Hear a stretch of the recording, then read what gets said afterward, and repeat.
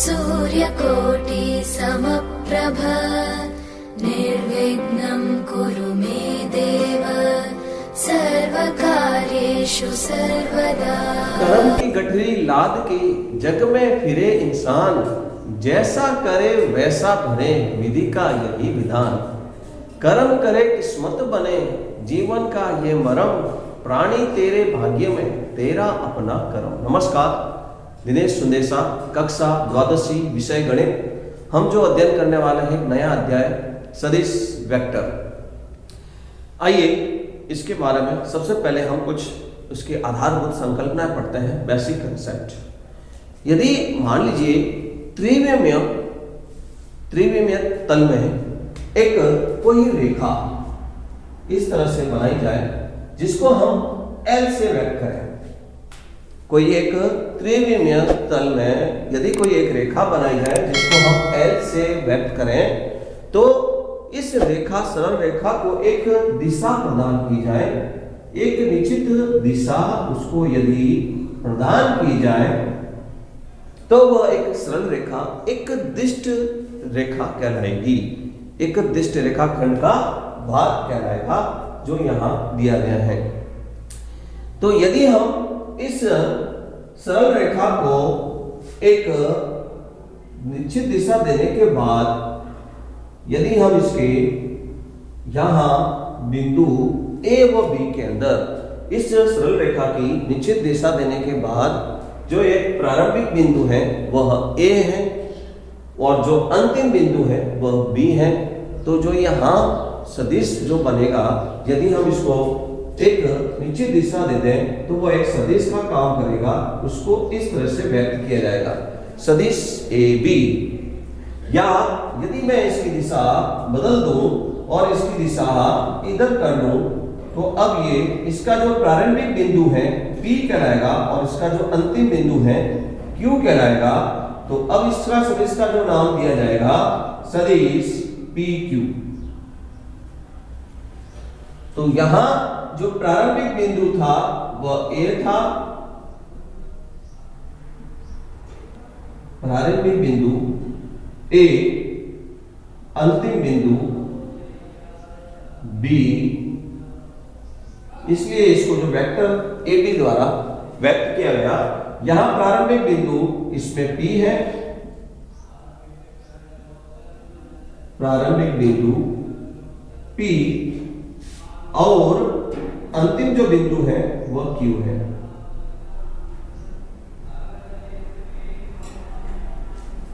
प्रारंभिक बिंदु P, अंतिम बिंदु Q है, इनकी निश्चित दूरी है। और अगर हम इसका परिमाण कहें तो A से B तक, इसका परिमाण कहें तो P से Q तक। तो परिमाण को व्यक्त करने के लिए हम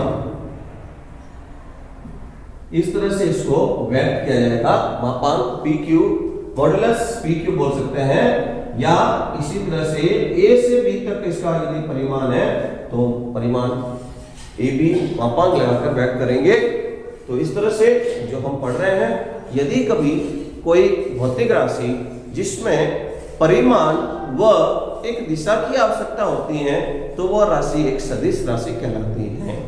यदि कोई राशि जिसमें दिशा की आवश्यकता नहीं होती है, केवल परिमाण ही उसमें होता है, तो वह एक अदिश राशि कहलाती है।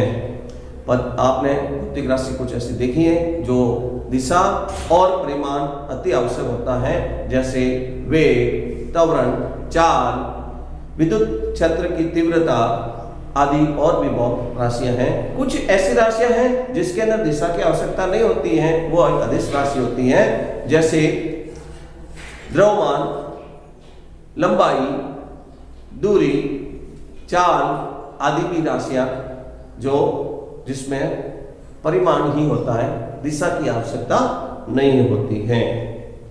तो आइए इसके बारे में हम और अध्ययन करते हैं। देखिए,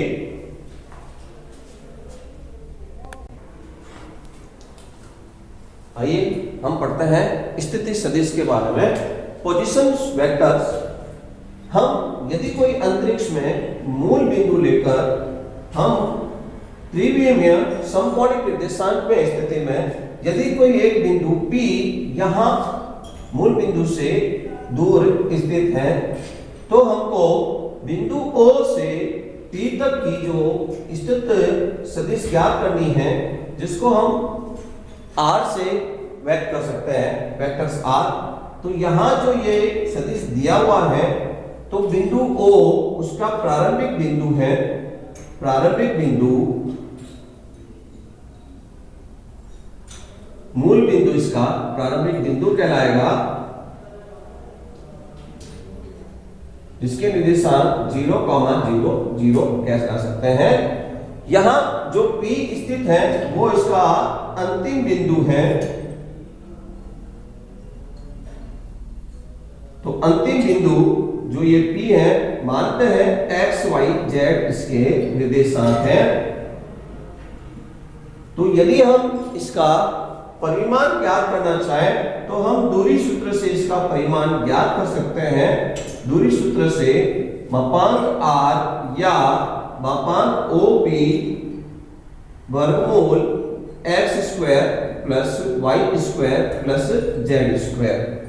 यदि हमको O के सापेक्ष बिंदु P की जो है स्थित सदिश के रूप में इसको R से व्यक्त करेंगे। स्थित सदिश ज्ञात करने के लिए हम स्थित सदिश ज्ञात करने के लिए अंतिम बिंदु की सदिश माइनस प्रारंभिक बिंदु की सदिश से हम घटा देंगे। जैसे AB सदिश ज्ञात करना है तो स्थित सदिश B माइनस स्थित सदिश A। यदि दो बिंदु दिया हुआ है तो बिंदुओं से स्थित सदिश बनानी है। बिंदु दिया हुआ है x1, y1, z1, x2, y2, z2, ये बिंदु A, ये बिंदु B।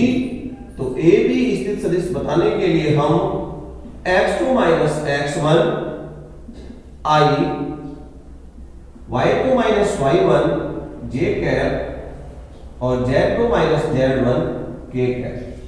जहां x2 minus x1, y2 minus y1, z2 minus z1 अदिश घटक कहलाएंगे और x2 minus x1 I, y2 minus y1 j, z2 minus z1 k cap, ये जितने भी बनेंगे फिर वो सदिश घटक इनके त्रिविमीय निर्देशांकों के मुताबिक कहलाएंगे।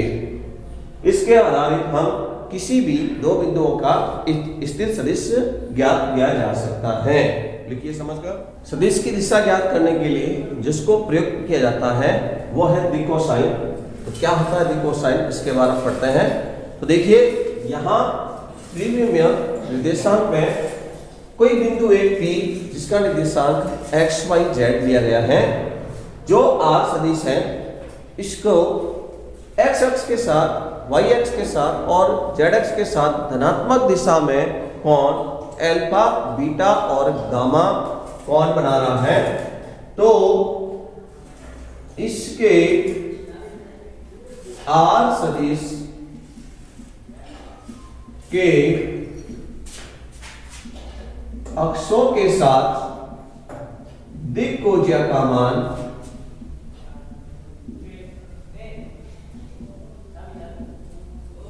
कॉज अल्फा, कॉज बीटा और कॉज गामा को सदिश के दिक्कोसाइन कहते हैं। ये जो हमने ज्ञात किया है, ये सदिश की दिशा ज्ञात करने के लिए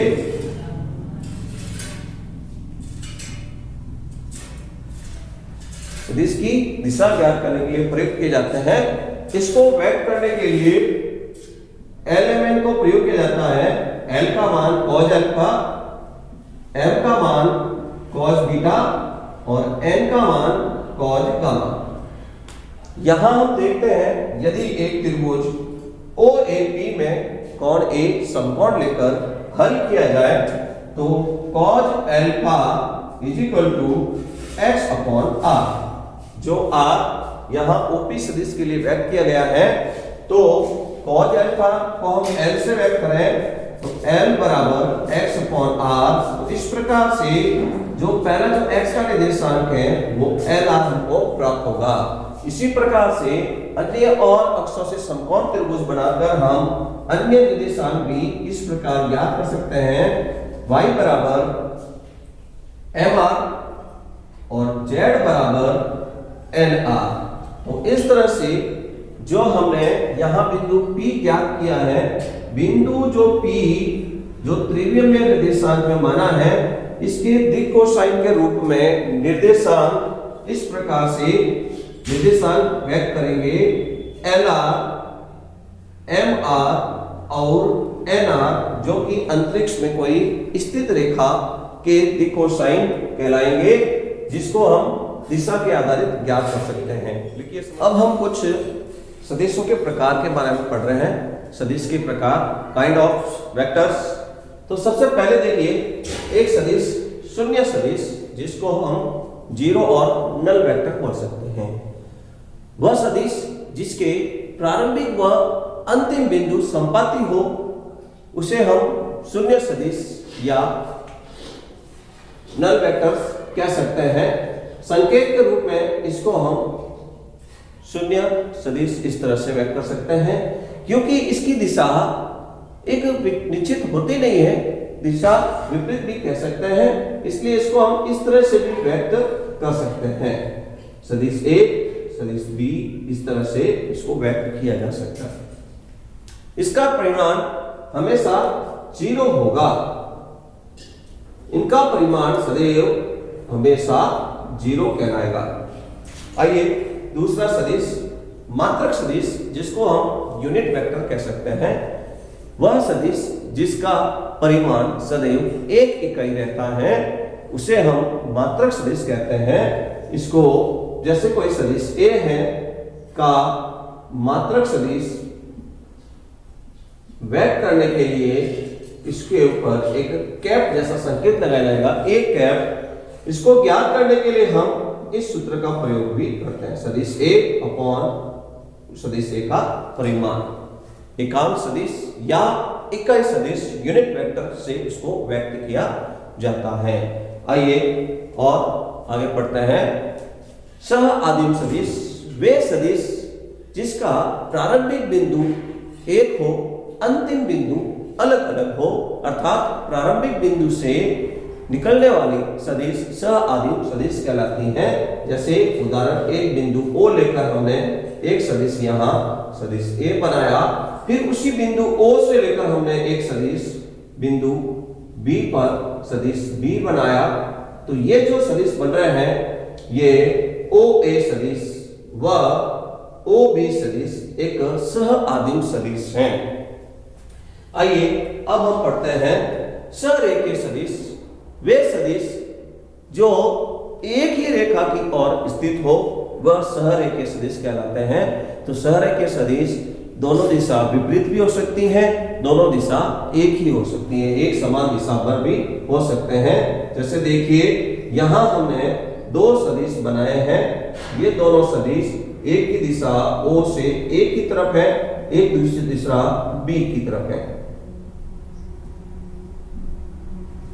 तो यहां OA व OB सहरेखीय सदिश कहलाएंगे, परंतु इनकी दिशा विपरीत है।